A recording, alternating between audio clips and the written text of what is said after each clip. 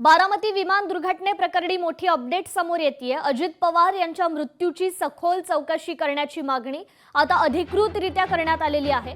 India against करप्शनचे अध्यक्ष हेमंत पाटील यांनी बारामती तहसीलदारांकडे अर्ज दाखल केलाय। या अर्जात अपघाताचं कारण, विमानाचा मेंटेनन्स, पायलट बदल आणि घातपाताची शक्यता यांसारखे गंभीर प्रश्न उपस्थित करण्यात आलेले आहेत।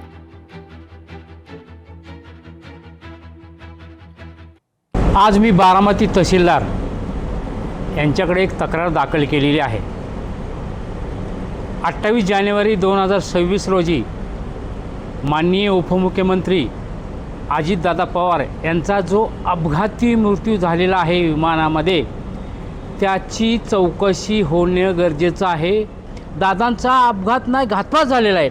तो कशा पद्धतीने झाला असेल, त्या विमानाचा बिघाड आहे, काय मतभेद होते का, याची कसून चौकशी करण्यासाठी मी आज तक्रार दाखल केलेली आहे।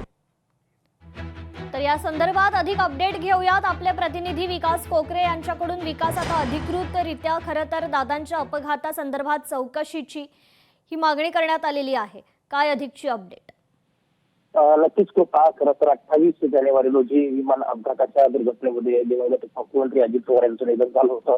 यानंतर अजित पवारांचा घातपाती अपघात यावर अनेक राजकीय नेत्यांनी त्या ठिकाणी आपल्या प्रतिक्रिया व्यक्त केल्या होत्या आणि आता बारामतीच्या या विमान अपघातामध्ये हेमंत पाटील यांनी बारामती तहसीलदारांकडे एक अर्ज दाखल केलेला आहे। अर्जामध्ये खरं तर त्यांनी प्रामुख्यानं ज्या मागण्या केलेल्या आहेत त्या मागण्या अत्यंत महत्वपूर्ण आहेत। या मागण्यांमध्ये या अपघाताचे कारण नेमकं काय आहे, यामध्ये विमानाचा मेंटेनन्स नेमका काय होता, या संदर्भातले अनेक मुद्दे त्यांनी गंभीरता ठिकाणी उपस्थित केलेले आहेत। मात्र यामध्ये तहसीलदारांना त्यांनी अर्ज दिला याचं कारण म्हणजे महाराष्ट्र शासनाचे एक राजपत्र आहे। या राजपत्रानुसार 1994 नुसार जर अचानक जर कुणाचा मृत्यू झाला एखाद्या पॉलिटिकल नेत्याचा, तर त्याची चौकशी करण्याचे आदेश तहसीलदारांना विशेष दंडाधिकारी म्हणून दिलेले आहेत आणि तसं पारिपत्र राज्य शासनाने काढलेलं आहे। मग असं असतं ना, तहसीलदार या सगळ्या प्रकरणामध्ये नोटीस इश्यू करून गुन्हा दाखल करीत नाहीत, असा प्रश्न हेमंत पाटलांनी उपस्थित केलाय। यामुळे आता हेमंत पाटील येणाऱ्या 2 दिवसामध्ये पुन्हा एकदा तहसीलदारांना भेटणार आहेत आणि या प्रकरणामध्ये नेमकी काय अपडेट झाली हे माहिती जाणून घेऊन या संदर्भात ते कोर्टात दाद मागणार आहेत। जी, निश्चितच विकास, धन्यवाद आपण दिलेल्या या अपडेट संदर्भात।